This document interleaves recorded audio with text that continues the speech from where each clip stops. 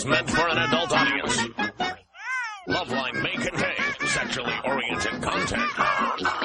Listener discretion is advised. Now, here's Loveline with Dr. Drew And Adam Carolla. Hey, let me give the phone numbers out. 1-800-LOVE-191, 1-800-568-3191. The fax number, 310-854-4455. Well, we have a full plate tonight. We have the entire cast of Partners, the hit show that's on Monday nights on Fox. I think we have a couple of grips and like an executive producer. I mean, we have everybody who's ever thought about the show Partners out there. That's nice. If they had that big an audience. Stop it. Stop it. Hey, all right, Jon Cryer's vomited and he's leaving now.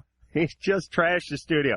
We have Maria Patillo. We have Catherine Lloyd Burns. We have Jon Cryer and Tate Donovan, and they will all be stumbling in here in a few minutes. Maybe we'll play some like basketball or something after the show tonight. Seems a shame to waste all these able bodies. Volleyball. Now, Drew's back from Utah. Right. He had a fantabulous time. One place that Loveline will probably not be broadcast to, I suspect.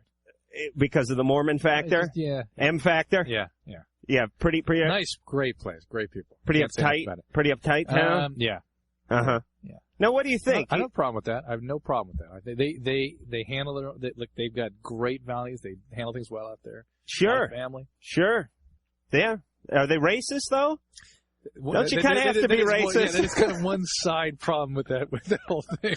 How come you have to be racist to have family values? Yeah, there is that kind of feel to the whole thing. But, all right, I'm going to have family values. It's not explicit. I'm just going to need a rope and a gun and a pickup truck. What is that? I don't know. Now you burst my bubble. All right. But it's true. You must shun all others in order to have fun. Well, maybe that's it. Maybe you love your own damn family so much that you cannot tolerate any others. Maybe. I don't know. Is that it? I don't know. I feel that way with pornography.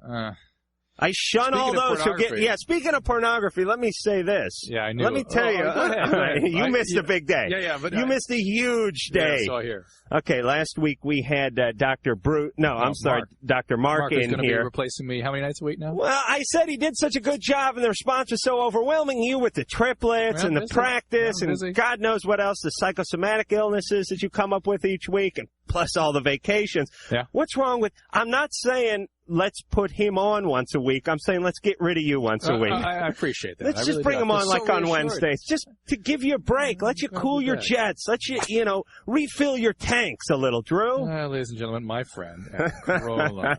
So he came in here. He brought a whole bag of goodies. We had porn starlet of the year, Jenna Jameson, in here. We had to get a hazmat team to come in here and mop up after that show. But the point is Jenna always brings me some tapes, God bless her. I've had her on the morning show and stuff like that. Always brings me, little stocking stuffers.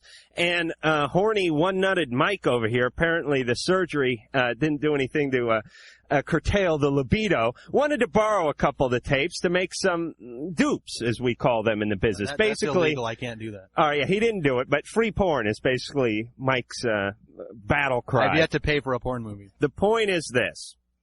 He returns his box that should have 4 porn movies in it, and he hands it to me. It's a little box, just, size of a shoebox. And he hands it to me, and I shake it. And then I sniff it a little, and I go, I think we're a little light here, buddy. I knew that he was light a movie. And sure enough, there were only 3 in that box. Can you tell which one just by sniffing it? I had a feeling.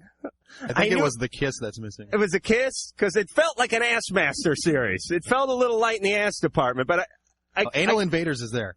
I knew something was up. I just couldn't put my finger in it. You know what I'm saying? Oh, my God. I'm actually glad I missed that show, thankfully. I really am. All right, so that's Dr. Drew's board-certified physician, yada, yada, yada. I'm Adam Carolla. I'm nothing. And I got to say, I spent the week with my kids, my wife, and my kids were sick most of this time, and so I'm not exactly rested, but God bless my wife, who's like 10 times the parent I am. Yeah, God bless her. She's listening to the show? Yeah. All right. It's I have a whole new Susan policy, which is just kiss major ass. Good. Great cook, great mother. Good. God-fearing, whatever she is, and she's doing a wonderful job with kids. Yeah, except for the little clothing thing. But the kids are nude. All right, born to be free. Tim. Hey, what's up, man? Hey, you're on Loveline. Hey, all right, Adam, Dr. Drew, got a little problem here. Mm-hmm. Yeah.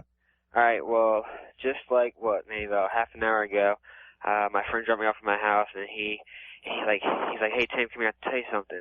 So I went back, and he's like, listen, man, I heard that your girlfriend was seeing your best friend, Chris. I was like, oh, well, I'm like, whatever. I didn't believe him, right?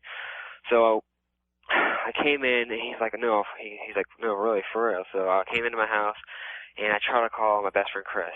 But I couldn't get through, just the line's busy. So I called y'all guys, and I just wanted to know what I should do. He just told me that my best friend's been seeing my girlfriend. I've been going with my girlfriend for about 2 years now, so.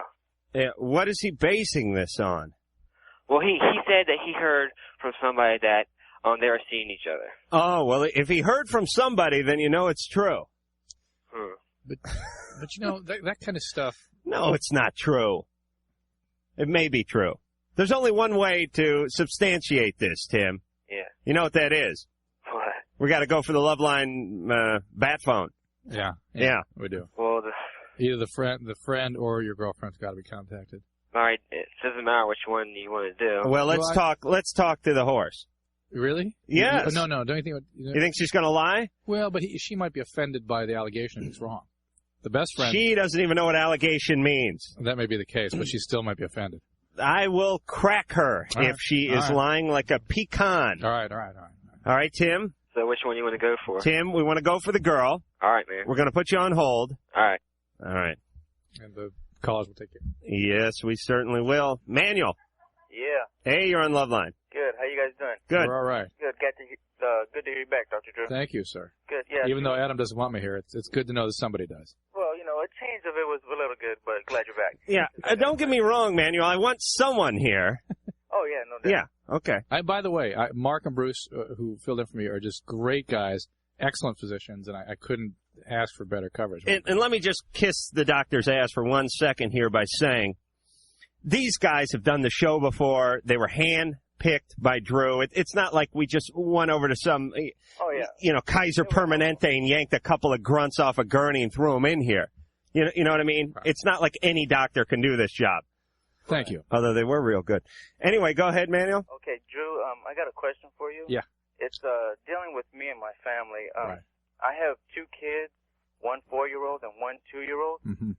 Oh, boy. I'm 23-year-old, and my wife is 21. Now, we have both of our parents are they were into drugs and alcohol. Mm-hmm. And I was wondering, what dangers are my kids facing? And in other words, what are the probabilities that they could inherit this potential? Yeah, exactly. Is that the question? Do you do drugs? I'm not an abuser, but, Do you smoke pot? I smoke a little pot. Do you have any sense that you have momentum with alcohol or with pot, that it's something that just kind of preoccupies you and keeps going, is always there? No, I don't need it. How about your wife? No, not at all. How about the first time you smoked pot or really got high on pot? Was it just a superlative kind of an experience, or was it just... It was like, how normal pot, you don't get high the first time. Right. But, it takes about 3 times. Yeah, and I mean, it was just mellow, and, I don't go all crazy, and you right. don't... I mean, it wasn't just euphoric. It wasn't the best thing ever. Yeah. Was it?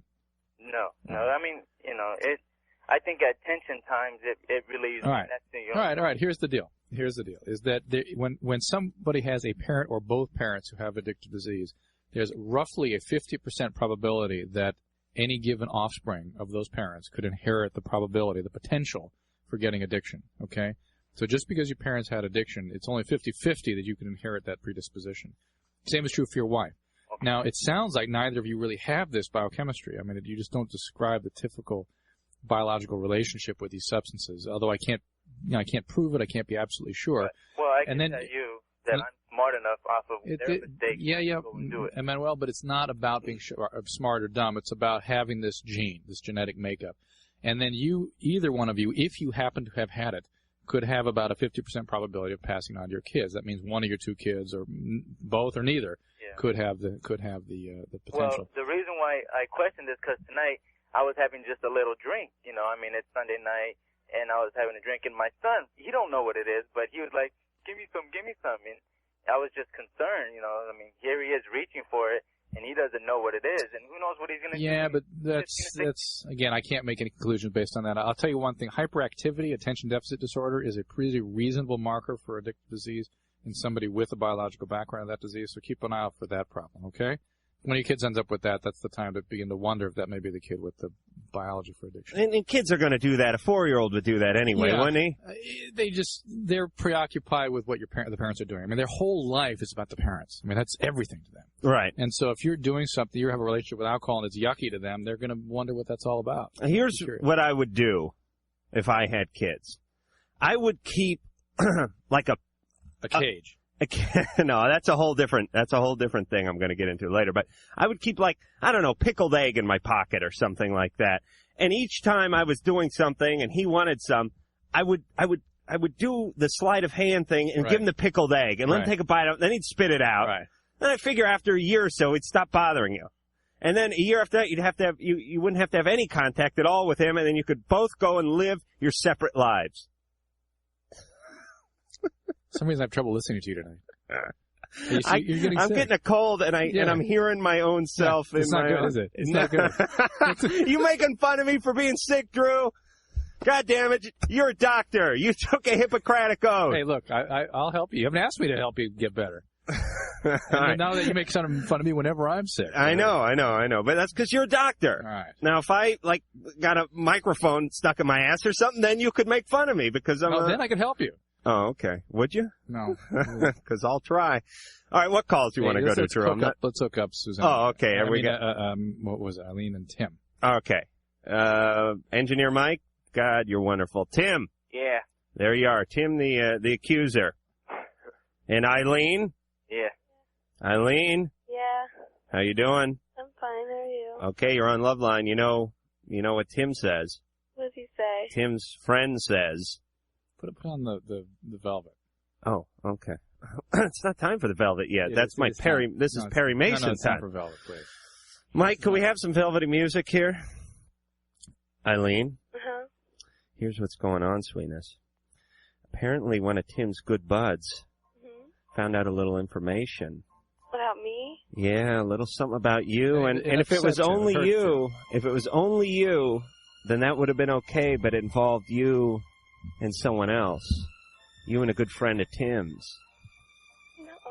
Yeah, he seems to think something's going on. He's heard things. Do you know what I'm saying, Eileen? Yeah. Things that may or may not be true. We just want the truth. You know what I'm saying, Eileen? What kind of things did he say? Well, he said you're running around. No. Well, not actually like running around, but actually, kind of stationary, like on the bed. No. Yeah. Well, now wait a minute. Just hanging around even. Hanging around. Yeah. With one of Tim's good friends. Holding hands. Touching. Oh, that's a lie. Huh? That's a lie. Hey, that's what he knows. It's not as though we actually insisted that we call you because we only heard this like fourth hand through one of Tim's other friends who insisted this was the case. Oh. Tim's lying. Tim? Yeah. Tell Eileen what you heard. Well, I heard that from Greg that he told me that you were seeing Chris. Oh, that sounded pretty transparent. Wait a minute, let's take a vote. Now, what we'll do? We'll do the yays and the nays. Yay, she's screwing around. Nays, she's not. There's 6 professionals in the room. All right, is she screwing around? Yeah. All those who say she isn't screwing around. Nay. The yays have it. No, I'm not. I'm not like that. We took a vote. We're living in a democracy, Eileen. Yes, we are. Tim's awfully silent here. Tim? Yeah. Tim's soaking it in. Tim? Yeah. You know something's up now. Yeah, I do. I would think, Eileen, if there really weren't, you'd be either A, outraged at the accusation, or B... Yeah, I haven't heard such a defense since the guy who shot everyone on the Long Island Expressway. Right. What the hell was his name? He said, I didn't. I think so. He added that extra. I didn't. Really made the big difference. Eileen, that was the voice of Jon Cryer, and we're going to say hi to everyone in a second as soon as we settle this mess. Okay. Eileen, I think you better come clean with Tim right now. How much did you do with Chris? Yeah. Do anything. nothing. But how much of nothing? Nothing. But what percentage of nothings did you do? Absolutely nothing. Why don't we just leave it at the, yays have it? Yeah. We gotta go. We're going with the yays. But it's not funny. Why does Eileen think it's funny? Well, because she's embarrassed, I think. But Tim is, really hurt. I mean, Tim is, on the other end, I can just sense what's going on with him. Right. And Eileen is here kind of, nuh-uh, I'm so sure. She's kind of laughing and not really caring. All right. Well, just because the boy that told him is I don't know what to think. a liar. He's a liar. Yes, he lies about all that kind of stuff. Well, I mean, I've known him for a long time. He usually doesn't lie like that. Why would he lie? Because he always tries to get girls and guys. But Eileen, why would it be funny that Tim is in incredible pain right now? I mean, he wants to be reassured, not to have you dismiss this as, oh, well, it's just one of those things. No, I'm totally, absolutely serious. I have not done anything. All right, Eileen, I'm giving you 15 seconds to paint a picture that we're all going to see very clearly here about your love for Tim, and then we'll take a vote, and that will be that. You ready? Yeah. She's really going to enjoy this. That kind of gusto. You go, girl. Convince him. You ready, Eileen? Yeah. Go. I love you, Tim. Oh, well. Yeah, well, Hold on, Tim. She's got another 4 seconds. More colors in the picture. Eileen. Yeah. Paint away. Oh, no. I'm sorry. We have some lovely parting gifts for you, Eileen. We have Tim, the home game. Eileen. Yeah, it is ours. Yeah. We don't. Yes, we don't want to make light of this very serious situation. Well, maybe a little bit. Tim. Yeah.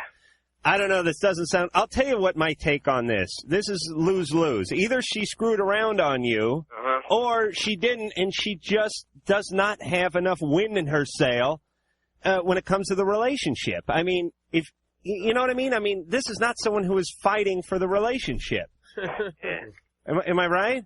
Yeah. I mean, yeah. You deserve better. You do. I'm sorry. Tim? Yeah, man.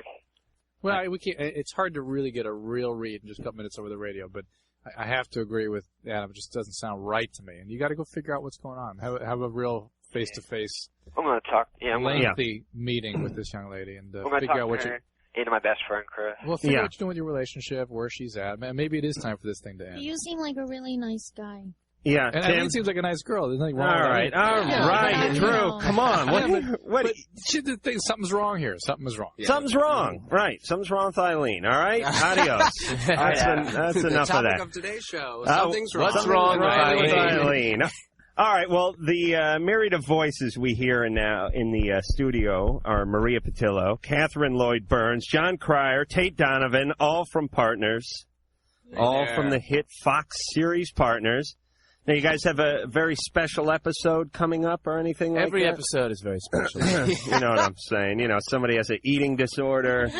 Oh, that is special. You're right. I actually have an eating disorder, and that's on every show. Don't make fun of it. No, that's not funny. No, that's what I'm saying. It's very special, where they changed the theme song a little bit. You know, make it a little sadder. Partners. Somebody might call in with an eating disorder. We have to be careful, don't we? We do whatever the hell we want. Believe me. We have respect for no one. No, seriously, we sit every let's say like every third guest that comes in here after the first break looks at Drew and I and goes, man, I mean, how can you take it? I mean, the people and the problems and everybody come. How do you come in that night after night? I mean, doesn't it kill you? And I go, no. It's just a gig. Give me something to wake up to every morning. That's not true. Well, no, I mean, we try to do the best when, I mean, it's like you try to do the best you can do with each call, but then you move on to the next one, and that's all you can do. If you were caught up in the last call, it would screw you up for the next call. Mm-hmm. It's kind of like relationships. You do the best you can do, you know, emotionally and sexually, and then move on. Boom. Yeah. Move right on. And then make the same mistakes the next relationship. Right. Tate, we're going to get into some of that with you in just oh, here we go. Just a second. I got to go to the bathroom. Just a teaser. Now, but Tate, you did go out with Sandra Bullock, did you? Or did you not? Johnny, what I that is hear. such a nice sweater you're wearing. Thank you very much. I got it at J. Crew. Yeah. Huh? What Really? size is that? God, it's stylish. All right, I'm going to take that as a yes. Hi, this is Glenn Danzig, and you're listening to Loveline with Dr. Drew and Adam Carolla. Yes, you certainly are. Let me give the phone numbers out. 1-800-LOVE-191. Please, not quiet on the set. Is that what you guys understand? There's no craft service, so they're pissed off here. Fax, 310-854-4455. I'm Adam Carolla. We have the cast from Partners in tonight. Maria Patillo, Catherine Lloyd Burns, Jon Cryer, and Tate Donovan. Also, one of the extras from ER, Drew.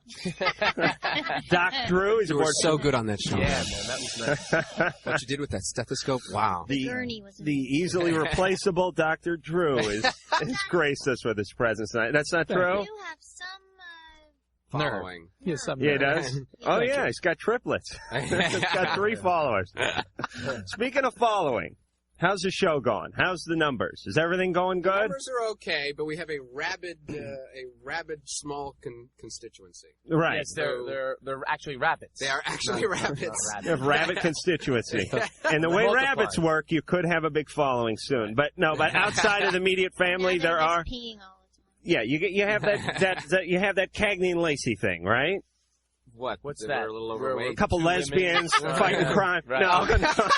Yeah, we got that. No, what I mean is Cagney and Lacey was on, and they were going to dump it, and they mounted this letter writing campaign, and they had a very hardcore little following, and eventually they kept it on there. This is what Party of Five Are you saying that we're going to be canceled? is You doing. know something we don't? No, Is that what's going on that here? we're hardcore. Listen, man, come clean, man. We really want It to. was I just bought a house, man. Don't make us pick up the phone and call you. It was just a lunch. We talked about a lot of things. But what I wanted to say is that on we had the Party of Five peoples out here Have all 5 of the them? other day. No, it wasn't the same thing where they took the whole cast and just gang. dumped it right in the studio. We usually just Bob ask is for the on. names, but if everyone's got to come, they all got to come. We had, what the hell's her name, Drew? Not blocking it. Was it Nev? Nev Campbell. Nev. And the guy who plays her boyfriend on the thing, who's Oh. never going to come on the show Scott? again Scott? because I can't remember Not his name. Scott. No, that's her brother. Michael Gorgian. Yeah, that's right. Michael Gorgian, Nev Campbell. They came on. They're from Party of Five. They started off real slowly. I mean, they were like 95th or something like that, and now they're like gaining momentum. 92nd. No, yeah. No, seriously, fellas. They won a Golden Globe. They won a Golden Globe. We're very proud. Please, one at a time. All right. Fox Just give gave us a them number a system. chance. Right. They better give us a chance, Right. too. They're gonna if they know what's good for them. That's right. All right, now we're going to go back to the phones, and you're going to prove that not only you all fine actors, but you're fine improvisational actors as well, because there's no script for this one. Teresa, Yeah? you're on Loveline. Hi. Say hi to the cast of Partners. Hey, Hi, cast of partners. Hey. Hi. What's your question? Well, when I turned 18, I wanted to move out with some friends, Mm-hmm. but my mom is really against that because, she didn't do it, but it's like, she thinks that I should have at least 2 years of junior college because it's hard, living out there by yourself and stuff. What is she afraid of? That I'll just, not take enough responsibility or something. Wait, but are you talking about moving out or not going to college? Oh, moving out and going to college. Okay. Because she's going to college as well, so it's like hard. Now she's going to Mom college? is going to college? Huh? Your mom is going to college? Yeah. So you're not going to go to the same college because that's like a sitcom in the making. Well, Mom and me. No, you don't do that, right? She'll copy your homework. It's bad. So the issue, well, you're 18. You can do whatever you want. Unless mom is footing the bill. Oh, yeah, that's true. Oh, Dr. Drew, sure. Teresa? The tough facts. Teresa, she wants you to live at home and go to college. Why does she want At you to live least at 2 home? years. For at least 2 years. Let me explain what goes on in junior college. Let me explain this. Make sure your mom's not listening No, to this. let me tell you. I have buddies I'm 31. I have buddies I went to high school with still going to LA Valley Junior College. I went to LA Valley for like a semester here, semester there, semester here, semester there. Here's what your mom has to look forward to. You're gonna take all morning classes, and you're gonna go to one of them, and then you're gonna realize that they don't really take roll, and they don't care, and you don't have to show And then up. you're going to go out with Adam's friends all afternoon, and you're not going to get anything That's done. what I was leading to. You're going to strike a deal with yourself that you're going to show up for the midterm and the final, and that you're going to cram like nobody's business, and eventually you're going to find a friend who lives near the college. You're going to get up and leave the house so your mom thinks you're going to school. You're going to go to that friend's house and smoke pot and listen to Ozzy Osbourne and crash out in their room because their folks will be at work. Yeah, and then you're going to dabble in dealing for a little while, but then you start to think, no, I want to get Right. into that. Then you some know? You'll get into radio. Yes. Wait a minute. First, some guy from the Dominican Republic is going to offer you money to put heroin in a condom and put it up your butt and make it across the border. After getting... This is what your mom is afraid of. This is what your mom has to look forward to if you go to junior college. You notice Adam says it's not what she's afraid of, it's what will happen. Oh, yes. What she will look forward to. Actuality. Yes. She's afraid you're going to get great grades. And I've got a... Teresa, where are you calling from? San Jose. On the East Coast, junior colleges are a whole different thing. Oh, really? Yeah, they're sort of a fifth year with anticipation of going to higher institutions and things. A little different on this coast. Right, because here it's like 12th and a half grade. Right. Maybe. And then you digress. Is your mom going to foot the bill? Is she gonna what? Is she going to pay for school? Heck no, my dad's been saving up for me. Oh, Dad's paying. Are your parents together? No. If I leave, then I can't come back, but my dad said he would support me, and my mom's, like, totally against that. So you're gonna, Jesus, this is really complicated. So you're going to play both against each other, huh? Well, it's not her fault. They're making her do it. We're always doing something. You're right. Why don't you ask your parents to figure out together what their The opinion three of is? you, the three of you together. Right, will figure sure, this out. sure. Dr. Drew, I do not mean to step No, I agree. That's a reasonable. Don't worry about him. He's this close to gone. No, but seriously, that's not fair what's happening. Yeah, my best friend Michelle thinks it's the money. Well, if Michelle thinks it's the She money, can go then to it's the the meeting, money. too. But remember that what Adam described is what your mom is afraid of. Basically, that you're going to get hurt. She's worried about you, your feelings, and your future, and not about being unreasonable. She just wants to do what she just wants what's best for you. I suggest I agree with what the consensus is here, that you sit down with your parents and figure it out. Okay? Don't keep an open mind. All right? All right. Good luck to you. Oh, junior college, what a mess. That phone call ended like so well, and you just put such a Oh, I did put a negative spin. I'm getting sick. I'm tired. You're coming down with I something. think we need to deal with this about you. Here's I don't trust junior college at all. Here's the way I But think. you've got to get over it. No, I'll tell you what I have to get over, You've got to let sweetheart. go of your junior college thing, man, because Total waste of time. Here's what needs to be done. Here's the deal. If you were a good enough student in college to go to 4-year, then that's where you belong. If you're a slacker and you should be going to junior college and you don't belong going to junior college, does that make no sense at all? No, here's what I'm There saying. shouldn't be junior None college. whatsoever. What? There shouldn't be junior college. There shouldn't be junior college. Okay. Junior college and yet there is. for old people who want to go back to college. I see. That's what junior college is for, not for young slackers. The military is for young slackers. That's right. A few good men. That is right. That is right. How many years did you spend in the military? Or the radio business. 17. I know, obviously, the Adam? radio business. The radio business. The radio business is for slackers. Yeah. Drew's trying to get me started. Drew wants to get me started on radio personnel bashing. He loves when I go after the brass. I'm not going to do it, Drew. Just describe what you would do with an 18-year-old who didn't get into a 4-year institution, a slacker. I would pull up in front of the local radio station and kick his ass out of the Volvo and not even slow down and say, "Don't come back to your GM."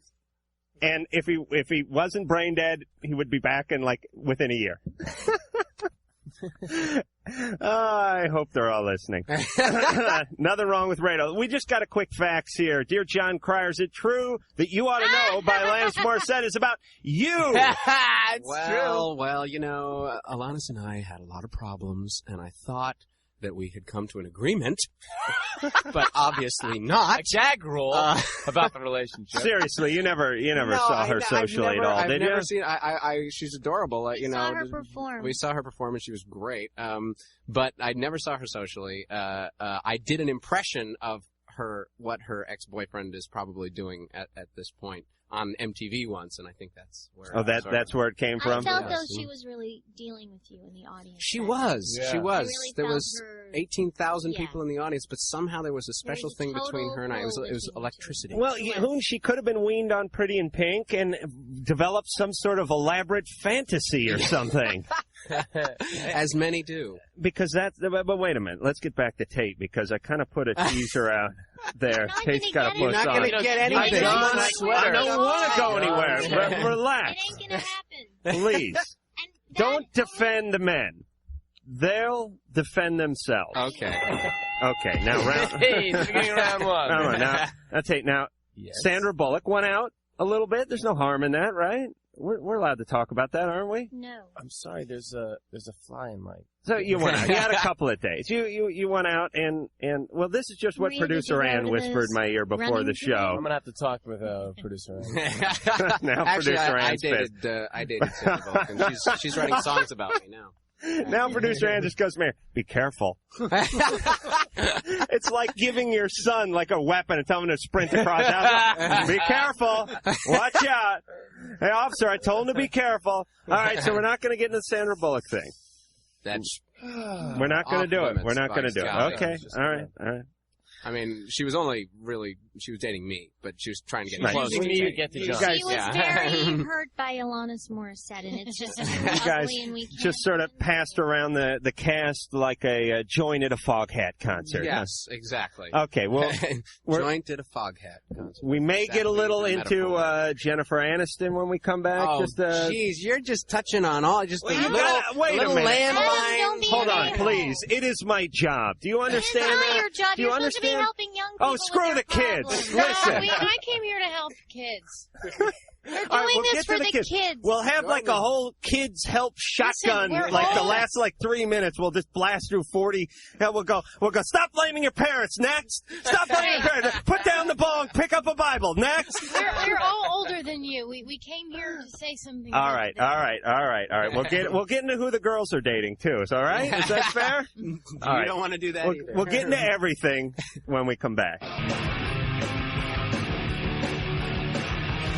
Alrighty, let me give the phone number out. 1-800-LOVE-191, 1-800-568-3191. The fax number, 310-854-4455. Tonight, not only do we have Dr. Drew back in studio, but we have Maria Patillo, Catherine Lloyd Burns, Jon Cryer, and Tate Donovan, all from Partners. Thank you and mahalo. Great applause there. So When we left off, we were trying to grill Tate about some personal issues, but he's back down. You're going to take that from him, man? So that is fine. He's going to kick your ass later, man. That's all right. I brought it up. That's all I can do. No, as a journalist, that's really Is that what I am? That's right. Yes. And it was Poke great. and prod in many respects. All right, but we're going to move on, right? Right, Yes. Tate? Right? Beautiful. Right. Okay. Love it. Anybody else you want to? No, nobody. I'd like to go online too, as a matter of fact. I'm curious about her. We'll get to that. Yeah. John, anybody you're dating we need to know about? Tate, you want to bring anyone up that John's dating? Well, John's had some relationships with one of my best friends. Yeah, Eric Great Stoltz. guy. Lovely guy. Tate and Catherine are together, and John and I are together. Okay, so just Oh, drop. okay. Seriously? Yeah, There's we're just all- a massive... It's a Come on. love All right. And after, It's a and then when love- we get out of here, we're all going to my house. Seriously? Let Sure. the bonage commence, I believe is the term. Now that we've cleared it all up Yes, with all I of feel our so much lives in better. one little nutshell. One little nugget. Traditional Sunday night. Could I? We used to run Can I- lines. Now we They don't do call that us anymore. partners for nothing. Really? Could I come around just to kind of like hand you guys towels and Videotape it. like cup nuts and things while? Lube and Yeah, stuff yeah, like that. you know the small yet important things. Lamont, Hey. hey Lamont, you're on Loveline with everybody. I feel like a crap load of people over there, too, huh? Mm-hmm. All right. Okay, I guess you guys know our problem, right? Well, why don't you tell us about it? Okay, I'm going out with this girl but not for long. How long? It's been like a month already, I think. And it was like she goes to like this like private school and stuff like that. And I want to break up with her. And I heard that she tried to commit suicide by ODing on pills. And at one time in the past, or very recently? It was like in the past. It was like last year, like during like holidays or something like that, you know. And go away. Is that her? No, sister. Okay. Anyways, she like tried to commit suicide. I think her parents like arguing a lot, you know. And she got like really depressed and stuff like that. And so I don't want to like get her all like depressed again because she like seems like have like a lot of feelings for me and stuff. So she's really attached to you, Lamont. Yeah. Now, how did she get so attached to you, but you didn't get attached to her? I don't know. She's just so cute. I can't blame her, you know. Because you're cute? Is that what you said? Problem right now. He doesn't get attached. Let's say you're like really insecure, right? He doesn't get attached to anybody. I'm like pretty totally cool. Do you think that you could be solely responsible for someone killing themselves? No, that's why I don't want to break up with her. Well. I don't want anything to happen to her. Well, you're not going to do her any favors by hanging around if you don't even like her. Yeah, I know. That is a famous classic situation that's bad. You sound really hot, Lamont. What's your sign?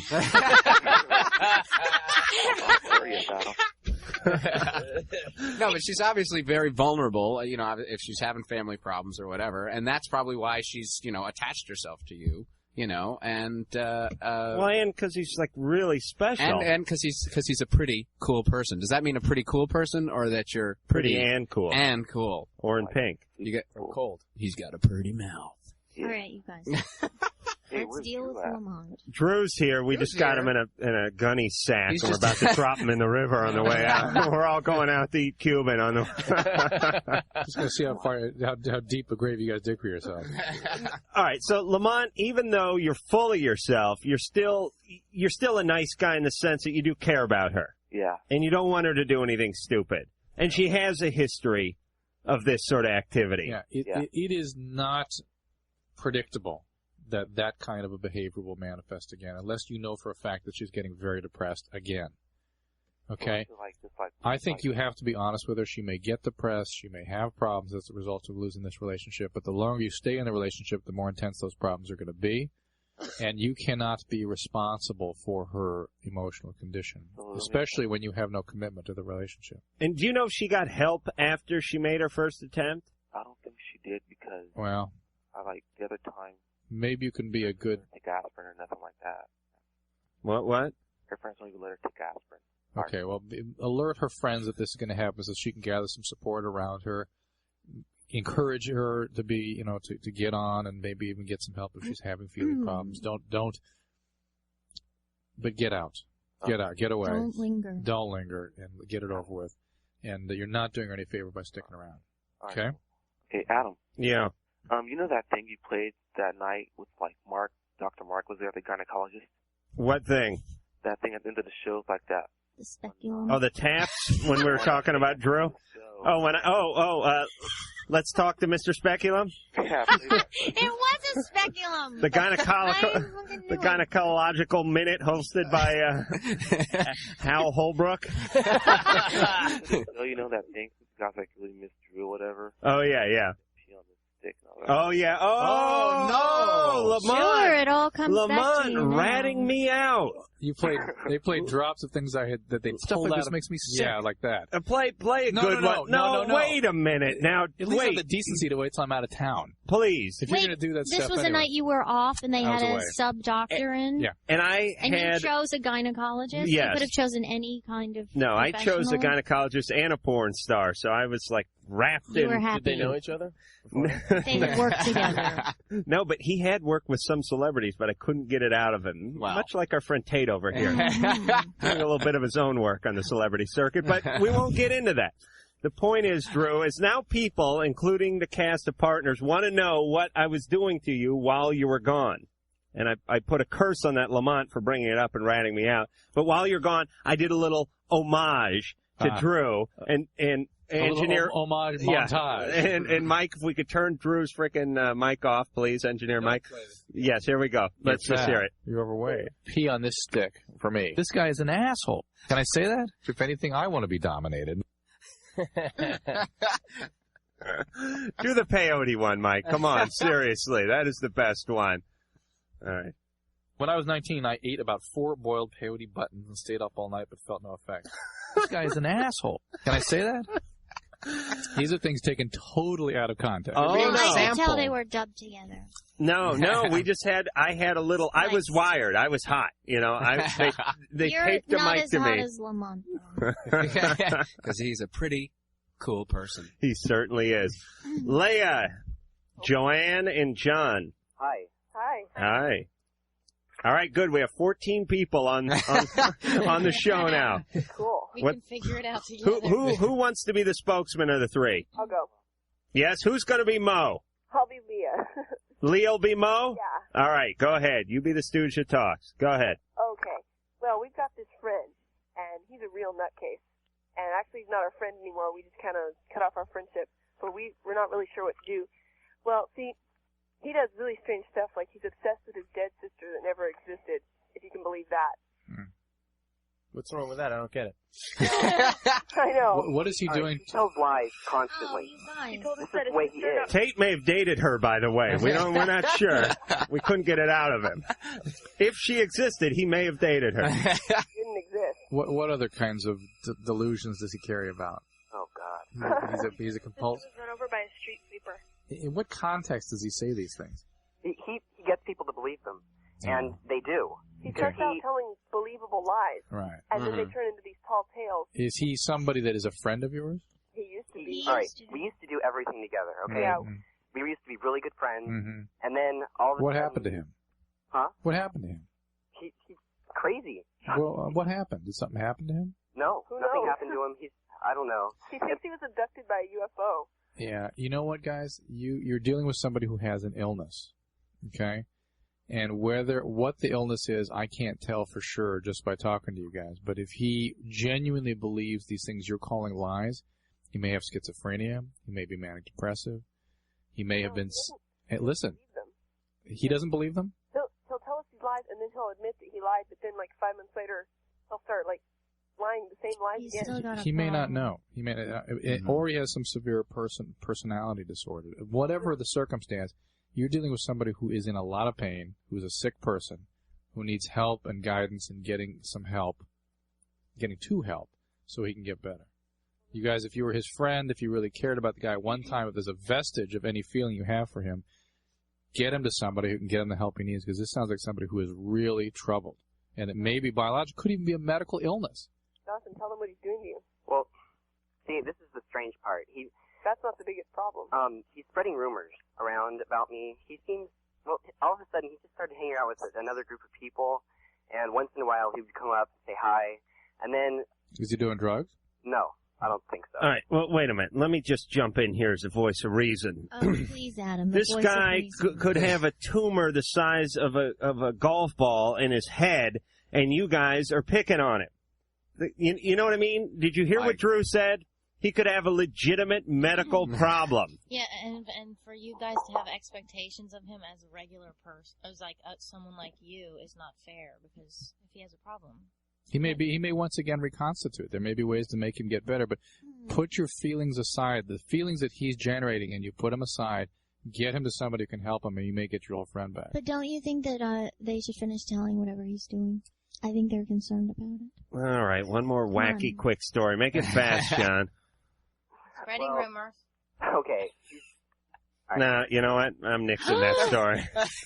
Oh, who cares? Okay, I'm going to tell you what happened. He's hanging around with new people. He's talking about the old people. It's all that high school crap. Probably your friends from junior college. My friends from junior college are all listening at their parents' house right now. The new group.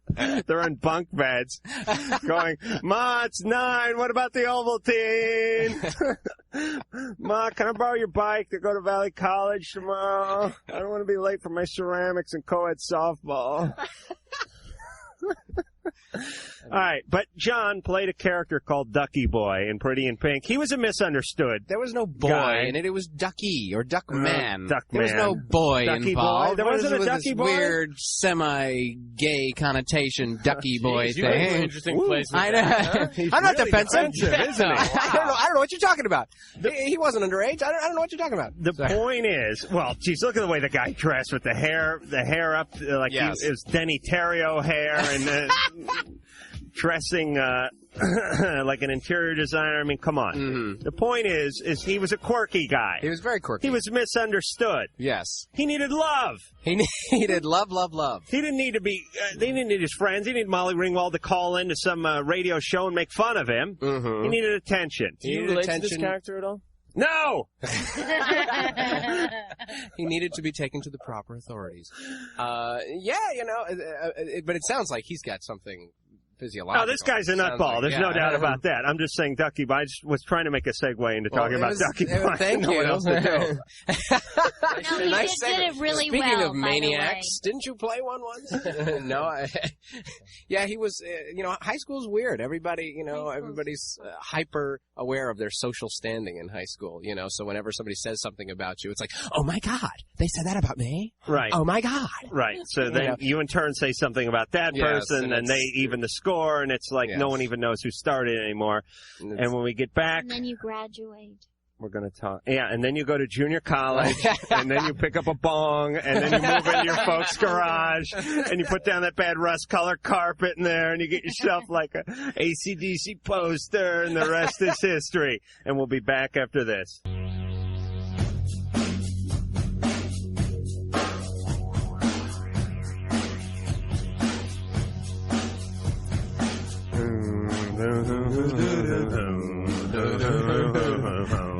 Let me get the phone. 1-800-LOVE 191. And that fax. Work facts in there somehow. Go ahead. The fax number is 310-854-44. Thanks for doing that. Thanks for making me relive that nightmare, Mike. 310-854-4455 is where you can reach us. Hi, I'm Tom Likas. Who? No one knows who Tom Likas has this studio before we do. And everyone gets pissed at me for talking about Tom Likas. He's a great guy. He's a fabulous man. Fantastic. A true radio talent. And we'll be back in 10. 10 what? Seconds. Why? All right. Running on all 8 cylinders. Humming down that radio highway. Smooth as silk. Tonight, we are honored to have Maria Patillo, Catherine Lloyd Burns, Jon Cryer, and Tate Donovan, all from the hit Fox series Partners. You can see Monday nights at 9 o'clock. 9:30. Here's the deal, though. Now, let me tell you something, guys. Seriously, the reason I said 9? Yeah, why? I want why people is to that? be settled in. Because Thank you you. tell people 9 o'clock, you tell people 9:30, they're gonna be late, they'll miss 9:35, they come home, No. 9:40, the keys go down, 9:45, They they're in the can't find the bathroom, remote. they can't find the remote. Next thing you know, the show's over. and the Nielsen log does not does not get clicked. Does not reflect. true. Right. So I say get there at 9, play it safe. Settle in. Like a concert. Who's on before you guys at 9? Ned and Stacy. Ned and Stacy. Ned and Stacy. Watch Ned and Stacy. They will be like the opening act. Mhm. And then you guys will come on like, Aerosmith. Yes, to massive applause. Right. But then they- Wait, who'd we you used to be at 9. We used to be at 9. That's Oh, really? So this is a good sign, right? Yeah, we like to think so. It is. Why? They warm everyone up for us. But why? Is 8:30 a better slot or 9? Well, Is 9 or 9:30 a better slot? They're basically indistinguishable. Terrific Yeah, we're glad to not be on opposite Murphy Brown. Basically, Right. We're happy about that. Now, we're not ever going to get Candace Bergen on this show, so I can talk about her for a second. Go ahead, I don't knock yourself out.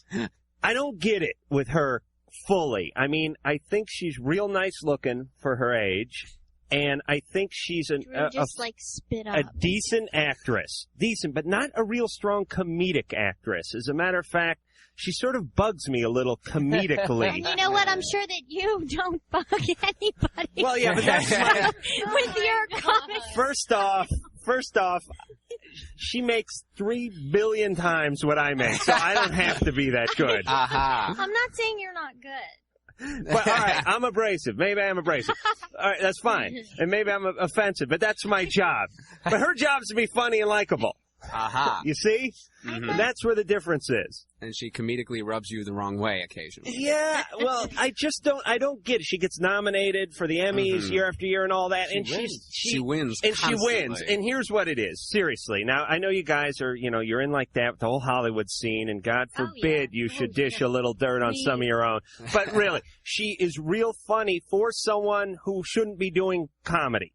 I mean, someone who had a serious acting career and was a good actress, and everyone said, she can't do comedy, can she? She's pretty and she's serious and everything. And then she does comedy and everyone goes, oh my God, she can do it. Mm-hmm. They're grading her on a little bit of a curve. curve, yes. If she was fat and Jewish and hairy and funny looking, boom. They'd expect comedy.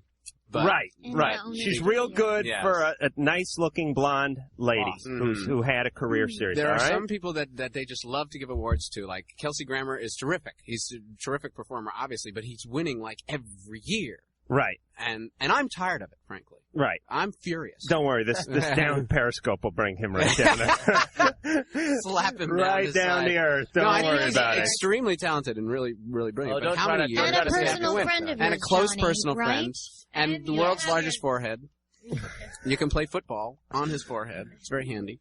All right, now you done getting yourself into trouble, John? No, I can You can go all I night, can baby. All right, rip well, into many others. Let's dish a little of that on Nicolette. Nicolette? Yeah? You're on Loveline. Hi. I'm having a problem with my boyfriend. Okay, I'm 13 years old, and we've been going out for a couple months, and it's going really great and everything, but he's like kind of scaring me because he wants a serious commitment, and I heard he went out and brought a promise ring and everything. All right, well, Maria wants to know if you're doing it. She gave me the universal forefinger and curled opposite hand. Huh? I can't believe you have love problems at 13. Oh, yeah. Didn't you have love problems? I didn't have any Yes, you did. love at 13. Oh, come on. You had crushes on boys who Yeah. weren't calling you back. Hey, but or I'm shit. proud of you that you have a boyfriend, girl. No. But she's worried that he's taking it getting too far. too far ahead. Right, his feelings Got are the getting cart too ahead of the intense, too horse. fast. Promise ring. Promise ring. How is he Commitment. older than you? No, he's the same age I am. 13. Now, what would really be involved in the promise situation? Well, he wants like a promise ring for like a pre-engagement. Good Okay, Lord, now- that's no, illegal, because first of all. No, because, if it's just like a ring like that you're supposed to promise you're serious about him, that's one thing, right? Now, there's What will be really She's expected? 13. How could she be serious about anything? Nicolette, is that your assumption of what a promise ring That's is? true, what I'm really He already talked about it with me. Yeah. He discussed it as a precursor to engagement. Here's the promise ring. You give it to the person. You go, when we break up, you got to promise to give it back. Because it's like $200.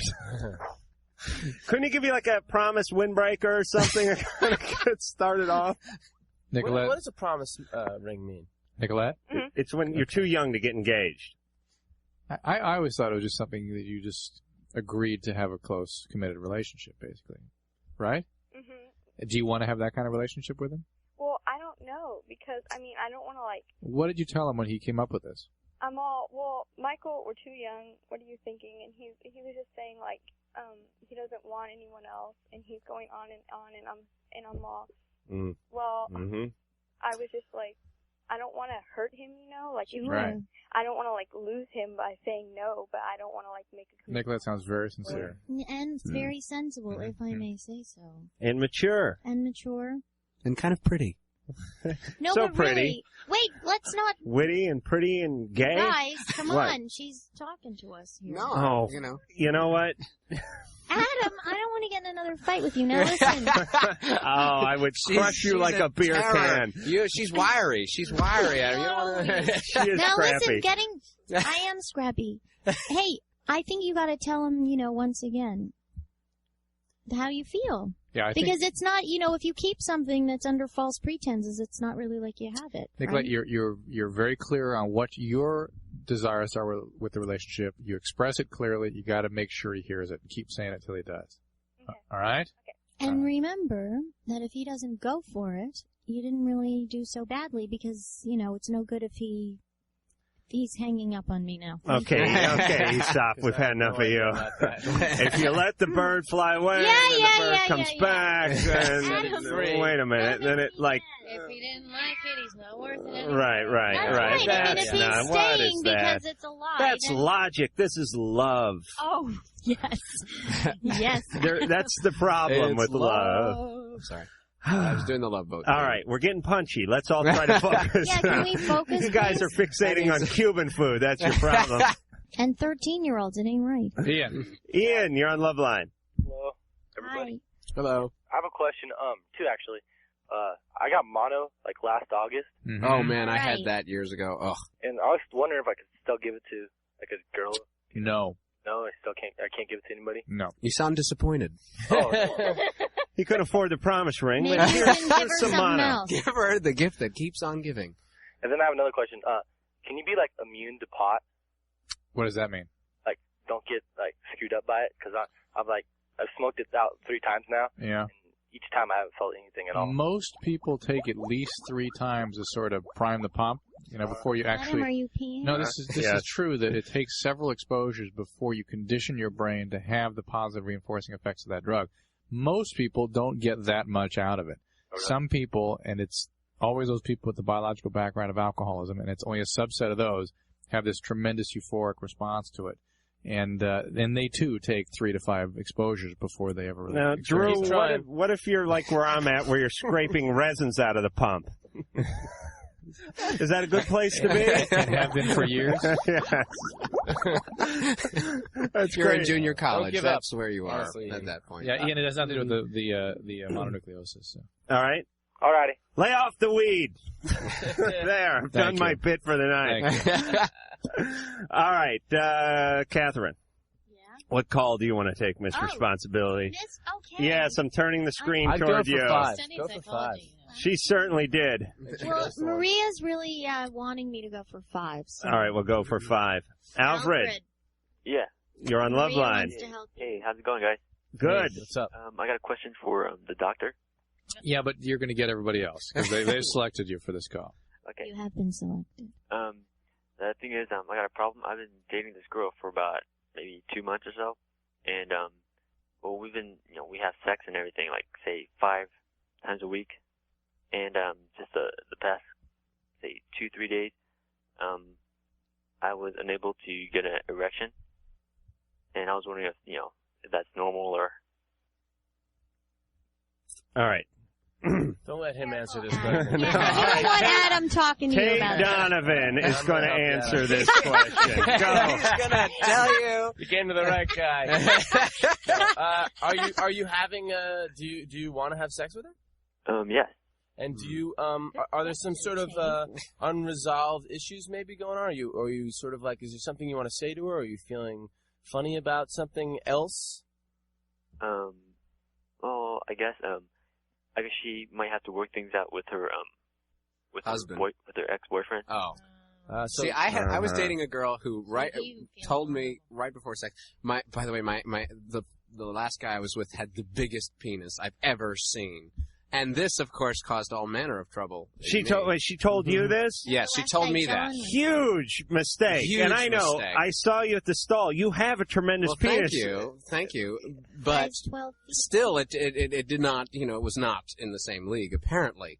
And this caused a similar difficulty that you're dealing with right now. So I have gone through it. His problem is a little different. It does. Well, oh, really? Let him vent. No, he's making an ass of himself. Go ahead. Keep going, John. No. But it does. It gets better. Don't worry. It's temporary. Well, I think are you scared of it? Maybe you want to talk about a little bit rather than. Yeah. See, what my big problem was, I was just so scared that every time I was like scared, so that made it worse. It wasn't physiological. Do you think yours is physiological? No. Aha. Well, let me ask a couple questions. Alfred, are you on any medications? No. Do any drugs? No. Have any medical problems? No.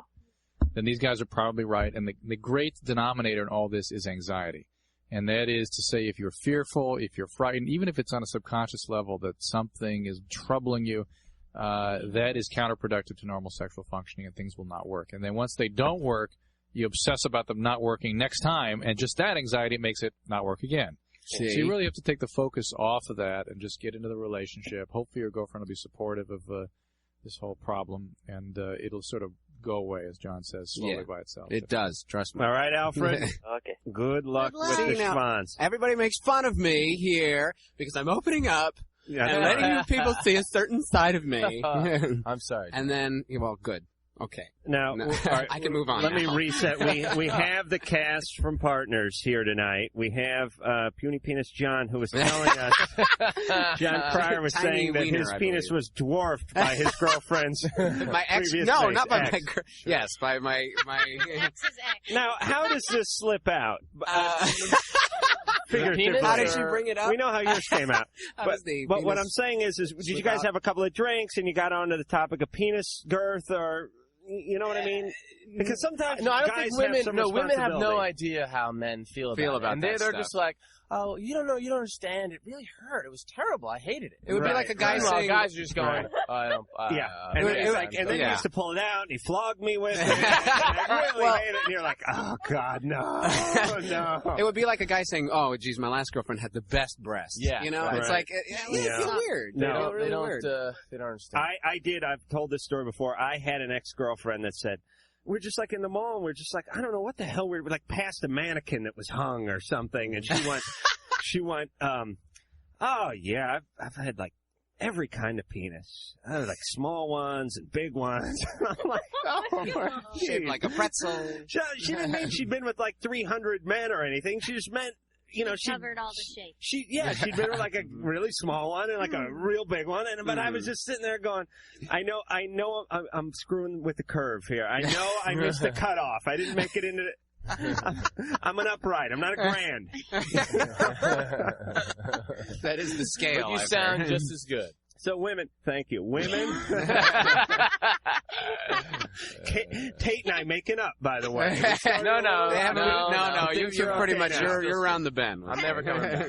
The point is with women, do not bring up here's what the men want to think. The men want to think that you weren't going out with anyone before them, and if you were, they lost their penis and like by jumping on a grenade in a foxhole, like in the Rocky Flyer story or something. You know, Really? they do not want to hear about the man's These are penis. very good tips.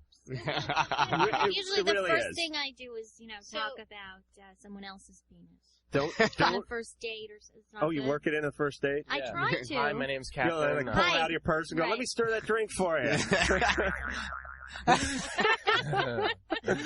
right, we're going back to the phones before we get too far up. Drew, you pick a call. You be the finger of sanity. Jen? Yeah. You're on Loveline with the cast of Partners. Okay. Well, I have a question for the doctor. Yeah, Jen, what's up? Okay, sometimes I hear like these voices, Mm-hmm. like and it sounds kind of like I'm picking up a radio station. I don't have like a metal plate in my head or anything. Right. What are the voices saying? I don't know. I can't make it out. Are they sort of angry voices? Get off the phone. I'm using it. No, they're persecuting you in any way? It's like I can make out that one of them is like male. No, two of them are male. One of them is female. Right. And there might be more, but I can't. Do you do speed? Huh? No, I don't. I'm not on anything. No drugs. Have you been depressed lately? No, I'm not. I'm not suicidal or anything. I don't mean suicidal. Have you been unusually depressed? No. No. Like Well, things will bum me out every now and then. do you have any other sense that you're sort of able to pick up radio waves or things No. I'm just kind of worried about it because that you're hearing these voices? yeah, no one else does. Okay. So. Yeah, auditory it's a hallucination you're experiencing, and they can have a medical basis. You got to get your basically be seen by a medical doctor to make sure it's not something neurological or endocrinologic causing these things. This could be the beginning of some kind of a psychiatric problem that. Well, it's usually after I get in like a fight with my mom. Sure, but even a medical problem can sort of have these sorts of symptoms brought on at times of stress. So get it checked out, but it probably is the case that this is a part of or a symptom of some larger psychiatric issue that should be able to be treated, okay? Okay. Get it taken care of. They're auditory hallucinations, and they should be dealt with. We'll tell her who to go talk Start with your regular doctor, just a general doctor, and Okay. get a medical evaluation to make sure that it's not a medical problem, and then you'll get referred to a psychiatrist from there. Okay? All right. All right, good luck. Good luck. And you should see the way Catherine looks at me every time I pipe up here.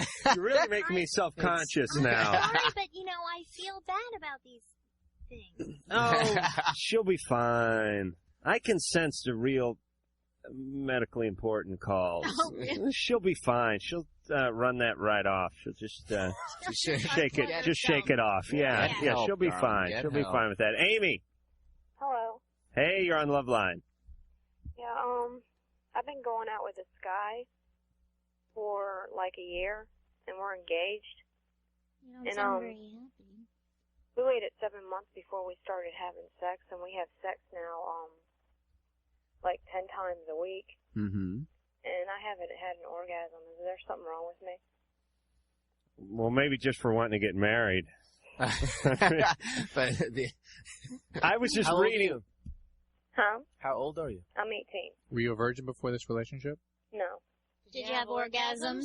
Oh, wow, the gallery wants to know. They sound like the Mothra twins. No, but seriously, have you had them before him? No. No? Never. All right, so you're orgasmless. Do you have them with yourself? Huh? Can you do it yourself? No. No.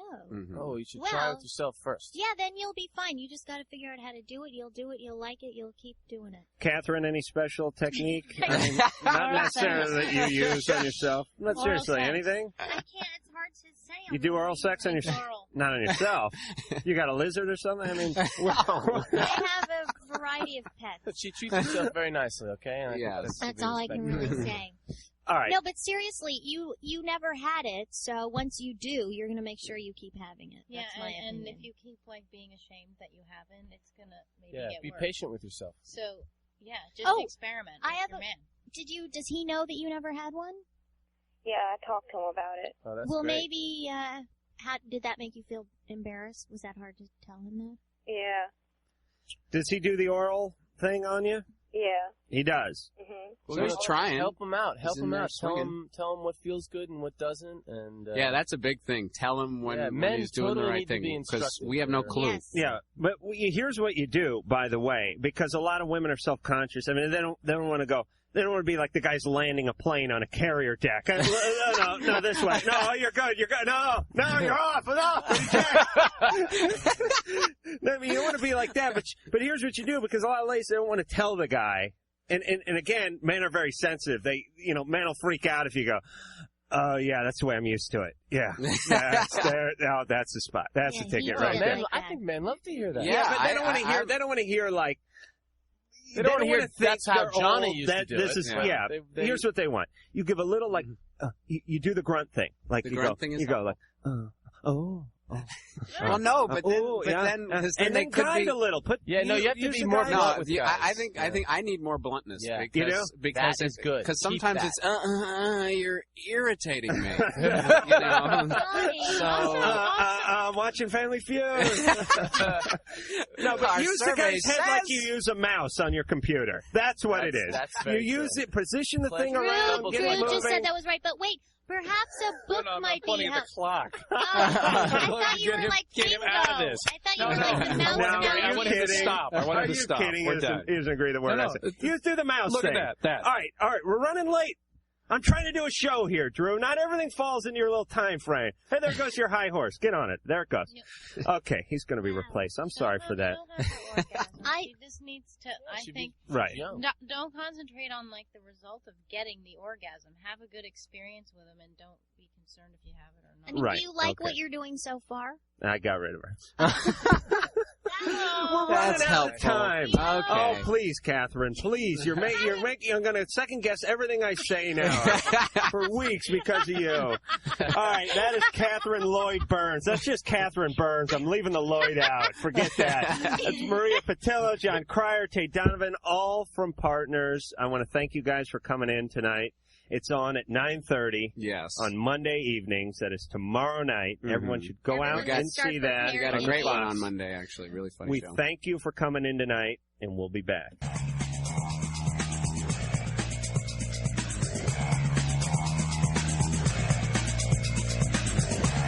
Hi, this is Peter King from MTV's Sandblast, and you're listening to Loveline with Dr. Drew and, of course, Adam Carolla. Well, you certainly are, and here's the phone numbers for that show. 1-800-LOVE-191, 1-800-568-3191. The fax number, 310-854-4455. Well, the cast from Partners, Fox's hit series Partners, I should say, has just left the building, and Dr. Drew, I didn't want to say anything in front of Jon Cryer because he's a very sensitive guy, but remember he was talking about the boy, his ex-girlfriend?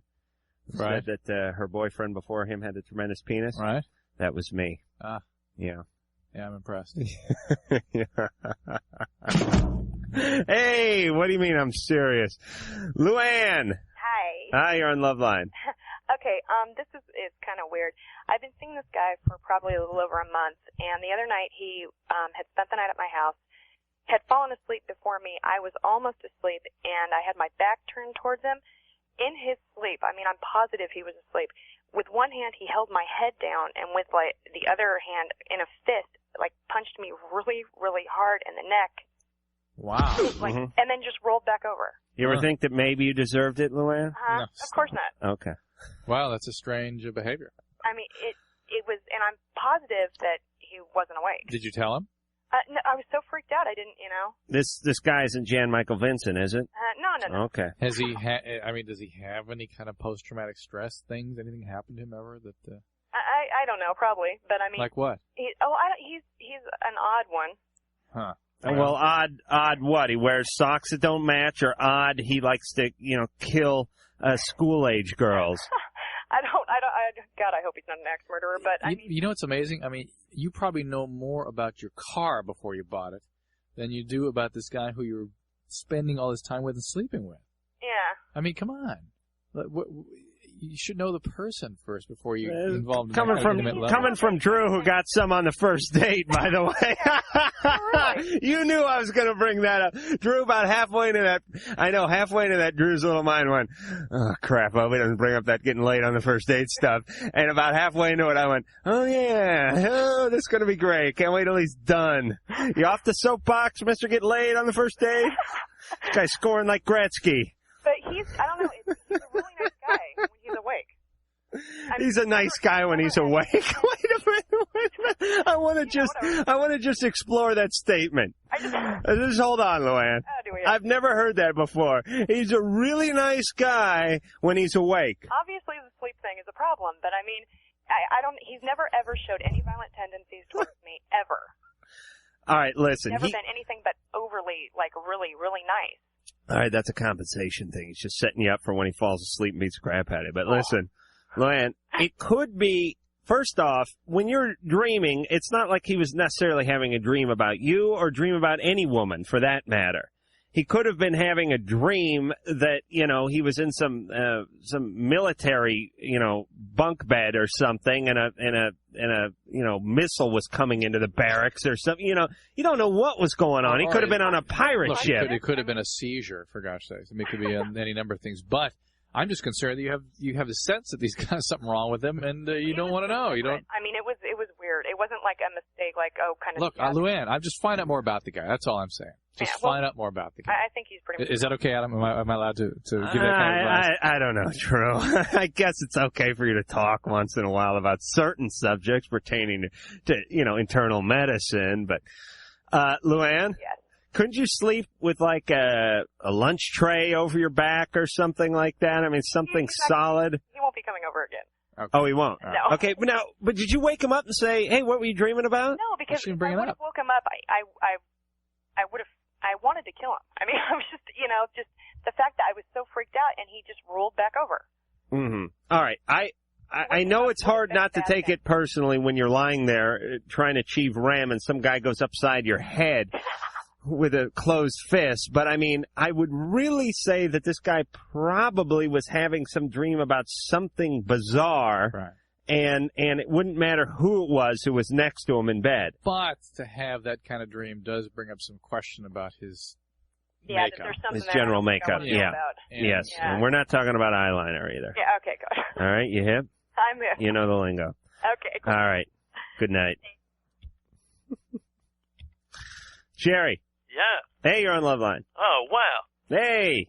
I've got a quick question and a comment. Okay. Which one do you want first? We might as well give us the comment first, because we don't like it. We're not going to hear the question. Okay. The comment is, well, to preempt the comment, I have bipolar disease. Right.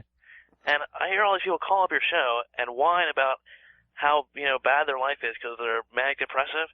And it seems like all the manic depressive people that call up masturbate excessively. And it just, makes everybody else look bad. It's saying giving a bad name to you people with bipolar disease? Yeah. Well, everyone who calls this show has a problem with masturbation. Right. You hear the ones with the manic depressive affliction or the bipolar disease, the same thing we're talking about, by the way. Right. When you hear that, it registers in your mind. But you got to realize we get millions of masturbatory calls, and they don't get into bipolar disease. Okay. All right. Thanks for clearing that up for me. Well, no problem. What else? Well, my question is, I was recently diagnosed, I guess, within the past 2 years, and I responded really well to the medication, but it really tore my marriage apart. Mm-hmm. You know what I mean? My wife, Dad just had no idea why I was flipping out, and we've had a kid, and she's moved out of state, and since then, she's become more educated on it, and so have I, and we've been getting on with our lives.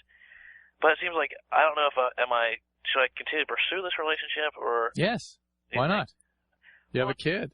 I mean, I want to do the right thing. I mean, don't get me wrong. I want to be a father, but she's out of state, and I don't know how to convince her to come back. I mean, I have a career here. Have you tried? Yeah, I've been talking to her for a year. To come back? Yeah. But she's just not interested. Well, it's not that she's not interested, but Mommy and Daddy have money, it seems, and they pay for everything. And I can't compete with that. Does she want you to go there? Yeah, she does. She does? Yeah. So she's interested, Jerry, Mm-hmm. you're both interested in solving your problems or sort of mending the relationship, but you're both not that interested. Because if you were dead set on it, you'd be out where she is, and if she was hell-bent on it, she'd be over where you are. Well, the industry that I'm in, it takes a lot to build up a reputation, and I just can't, up and leave. What industry is that? Well, I'm a jeweler, and it takes a while for people to get to know you and the town that you're in, and build up a name for yourself. Right. Well, be that as it may, I think you ought to try to mend the relationship, try to find a way to get her back here. Right. I would think if you I love her. sincerely pursued it, and if you made commitments to the family unit that you two could generate together, I think you would find her moving this way. I suspect, especially if she has a great understanding of how bipolar illness works and what exactly went wrong in your relationship before. Right. Okay? Jerry. Yes. Can you get me a deal on a tennis bracelet? Sure, man. All right. I don't even know what a tennis bracelet is. What the hell's a tennis bracelet? Ask you. It's what women who should not be in tennis outfits or tennis skirts wear when they go to the country club. Although when a woman looks right in one of those tennis skirts, nothing better. Am I right, Drew? You know what I mean? The ruffled panties and the socks with the... Wait a minute. Seriously, the socks with the little ball. No, I am serious about the socks with the little ball on the bottom. You know, the half sock? Right. Tan legs. And the way they... sweat and glistening in the sunshine, and that little grunt when they return the serve. Huh! You know what I'm saying? And watching them charge, and when they charge that net, everything's moving. You know what I'm saying? And sometimes they don't stop moving until they're already walking back behind the foul line. You know what I mean?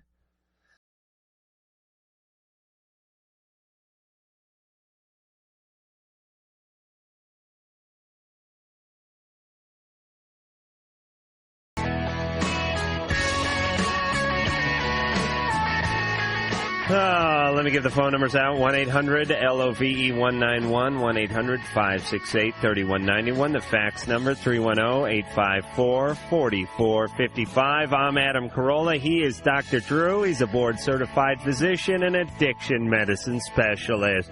And, when I came in here tonight, Doc Drew, I couldn't help but notice that they'd cleaned the carpet in the entire place. And I couldn't help but notice that I used to clean carpets for a living. Listening to Loveline, probably. This is probably. This is what I did instead of going to junior college when I should have. I cleaned carpets, and I cleaned, for instance, the grand ballroom at the Beverly Hills Hotel, Right. which is where they have, $1 million weddings. Right, and this place is basically like the Astrodome. Right. And this wand I use, not the shampooer. Right. I mean, if I could use the shampooer, it was a coup. I mean, I would have worked for free to use the shampooer, the circular thing. Where Right. I used the wand. The wand, the steam cleaner. The wand had about a 7 or 8 inch bomb, and you had to cover miles of, just tons of lineal feet of carpet. Just square. I did Edwards Air Force Base once.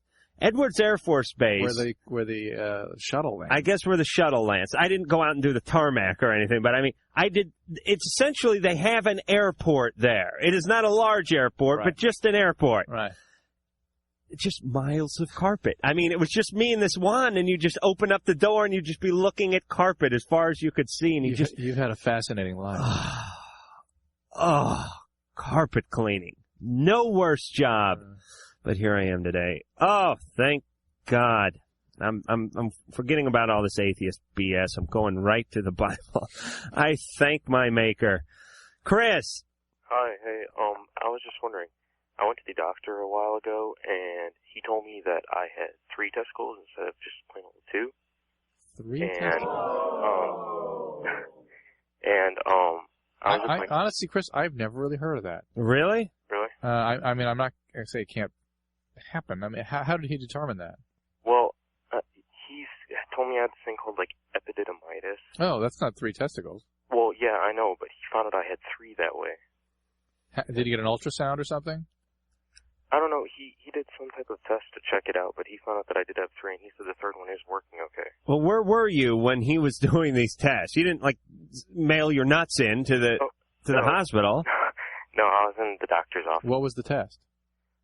He was just, feeling around. He, found it, and he, shined this light through there and stuff. Yeah. Was this a urologist you were seeing? Yeah. Oh, he shined a light, through the testing. You can, put a flashlight, behind your ear or something. And, Right. Well, okay. Oh. So really what he's saying is just some kind of not totally normal anatomy of the testing, and there's sort of a third one there. I don't think anybody needs to know about that. Why is that an issue you need to tell someone? Well, no one's going to know. You never knew. Yeah, Why is it an issue? Epididymitis just means you have inflammation of the packaging center that sits on top of the testy, and that's a common complication of certain sexually transmitted disease. It doesn't have to be a sexually transmitted disease. Well, the only problem with it is that I was with my girlfriend the other day, and she noticed something was different. Yeah, but you didn't suddenly develop 3 testicles. Something's different that you have epididymitis and it's gone. Well, yeah, I know, but I was with my girlfriend the other day, and this is the first time that I was ever really with her this way. Huh. And she noticed there was something out of the ordinary, and she's been asking me about it, and I don't know how to tell her without freaking her out. Well, wait, I don't understand this. It's not like you have a third eye in the middle of your forehead. It's not like your penis splits off in the middle and heads east and west. You have a third nut. To me, let me explain something too, Chris. This is the symbol of virility. This is testosterone. This is like saying you have a plant that has 1,000 square feet, and everyone else has one that has 750 square feet. Do you know what I'm saying? Yeah, I got you. You have a better processing. Your Keebler factory has 2 smokestacks instead of 1. 2 loading docks instead of 3. Yeah. You know what I'm saying, Chris? Yeah, I got you. You should not be ashamed of this. At your age, it's normal to be really preoccupied with being normal and your physical, how you appear to your peers, this sort of thing. Fitting in. Yeah, it's real common for somebody 17. Don't worry. People are not going to freak out about this. This is not going to be something that's going to trouble you into the future. If I had 3 testicles, I would walk. You'd shout from every hillside, I bet. I would shout from every mountaintop. Yeah. That's right. No, I would walk around with my testicles hanging out of my fly. To show everybody. Just that. Yeah. Well, if they notice, they notice.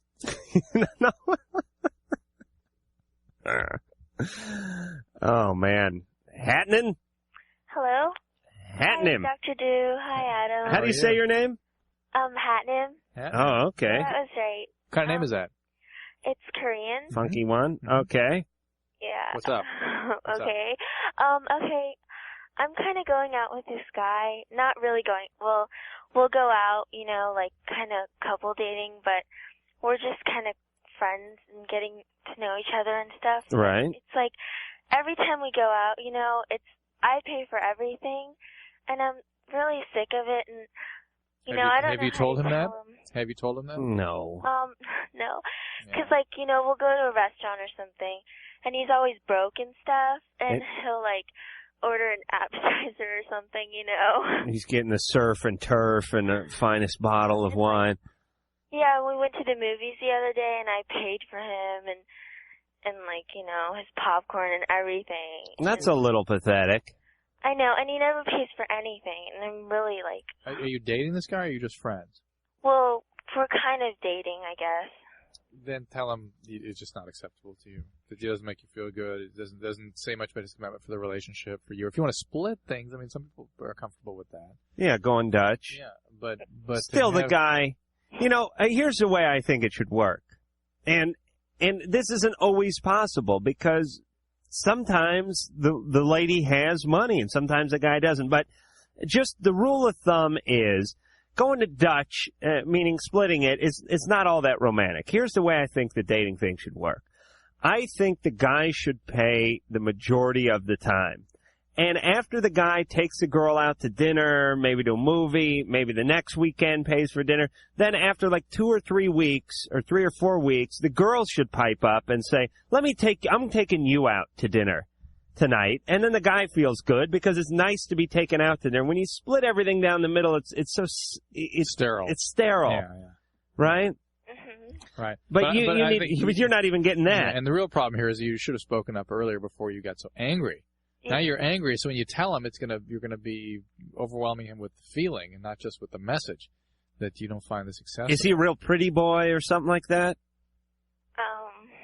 No, he's just, Is there any reason why this guy should be going out with someone? And you know what I mean? Are you at some disadvantage when it? You know what I mean? Is it like he's doing you a favor or something like that? What? I mean, I'm sounding cruel, but here's what I'm saying. Is this guy like the big, you know, man on campus and you're, you know? You know what got me really mad though? 'Cause like what Adam just said. Hello? Go ahead. Yeah, we were like watching the movie, right? And he was like sleeping the whole time, you know? Why are you going out and with I this looked guy? over and I was just like, whatever. Why are you going out with this guy? I don't know. He makes really me feel nice, though. good. Why don't you not go out with him? That sounds more like... Yeah, this guy... He's really nice, but then he's really cheap, too. All right, listen. You should not have to crack the whip. This is a message to all ladies. Go out with a guy a few times. Don't tell him, hey, you have to be more considerate. Hey, you should be paying for half. Hey, you shouldn't hit me in my sleep. You know what I mean? You really should not have to guide the guy too much too early on. If guys can't pull it together in the first month, forget it. Because I can tell you it only gets worse, not better. All right? Okay, thank you. Dump him. Lauren? Hey, how's it going? Hey, you're on Loveline. Yeah, about a week ago, I went to my gynecologist and got my pap smear done, and I got a call back saying that I have abnormal cell tissue on my cervix. Did they say what class? Level 2. Uh-huh. And they said the possibility of cancer. I don't know. The word cancer was mentioned, and that's freaked out because... All right. But, Lauren, the reason you get the pap smear is to sort of detect these precancerous changes to be sure it doesn't progress to cancer. Okay? Most women get to go through the pleasure, many women at least, of having an abnormal pap and have it followed up and to be sure there's nothing there. Yeah, they wanted to do a biopsy, and I was just curious. Are they going to do a colposcopy? Is that what it's called? That doesn't sound familiar. Well, that's probably what they're going to do, and that's just the part of the routine of screening. Just like if you had little cancerous changes on your skin, you might take them off, and they might look at a microscope and say, hey, let's take some more of that off. It's the same idea on the cervix. And young women your age, get cervical cancer.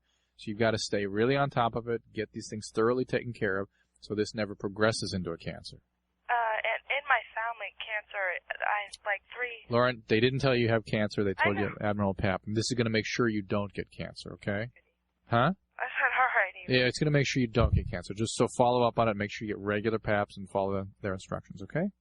All right. Good luck, Lauren. By the way, for the listeners, it's cervical, it's warts and herpes that tend to increase the probability of that.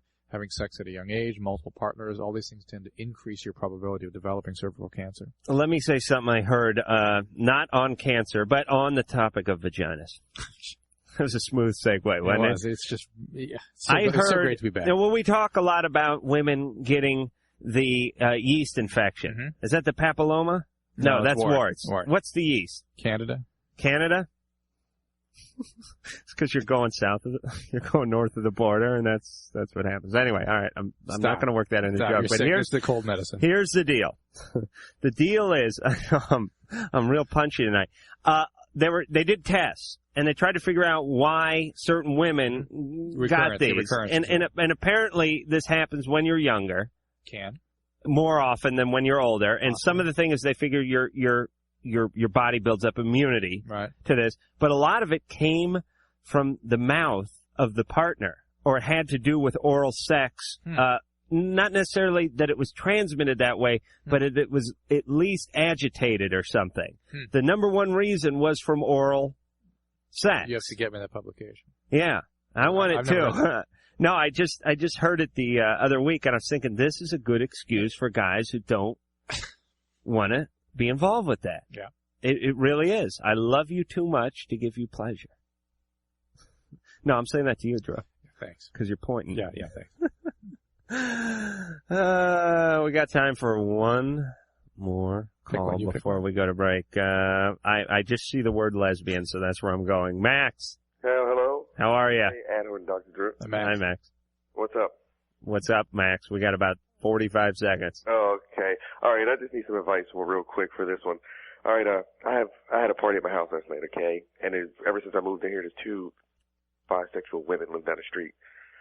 And I knew a friend who knew them, so she went down there, and then I went down and followed her, but she passed out on the couch, and me and the one woman, we were sitting up drinking, and she started kissing. She poured a shot in her mouth, and then just grabbed me and started kissing me. And oh, really? Pushing the shot inside of my mouth, and I'm like, holy, I'm like, yes, this is great.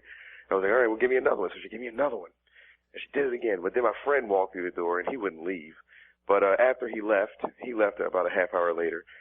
And me and her started dancing and messing around and everything. Like, I thought she was a straight, lesbian. But she told me she wasn't. And she started kissing and sucking on my hand and all this kind of crap. And I don't know. I didn't want her girlfriend to find out. And I think maybe I may have forced myself on her too much. So what's up with that? I mean, I feel kind of bad today. I haven't seen her yet today. But she takes a shot of Jack and starts tonguing you, and you think that's forcing yourself on her? No, because she was telling me that maybe I should leave, and I was like, I don't know. I was like, well, give me one more kiss. And okay, all right. But listen, she was just saying that as part of like the sort of checklist that women go over when they're drunk and horny. Now, I don't want to get myself into trouble here, but a lot of women feel, oh, jeez, I'm going down a weird path here. But dead seriously, and everybody does this. And I'm the same way when I say I shouldn't be talking about this, but I'm going to go ahead and talk about it anyway. That's my little checklist. A lot of people have their little checklist. And a lot of time, she's sitting there, she's getting loaded with you, she's coming on to you, and she's going, I shouldn't do this. Yeah, exactly. But it's almost an obligatory, I shouldn't do this, so I can say later I said I shouldn't do it. You know what I'm saying? I'm getting it. Now, I'm not saying no means yes, and I'm not saying when someone says, hey, I shouldn't do this and pushes you away and leaves, you should go tackle them on the lawn and drag them into your bedroom. But I'm saying some women say, oh, I shouldn't do this, and then they'll do it anyway. And it doesn't necessarily mean that you force them into it just because they said they didn't want to do it. They could have just been saying that to relieve their own guilt. So you think she was guilty? Obviously, she wanted to do it, Max, or she wouldn't have been there drinking with you. That's obvious. Now, I would just let it go. You don't have to tell her girlfriend. Should I try to see her again? I mean, she's cool. If you like her, I would. Yeah, but I mean... Well, why not? But make sure you have plenty of vermouth on hand. And we'll be back.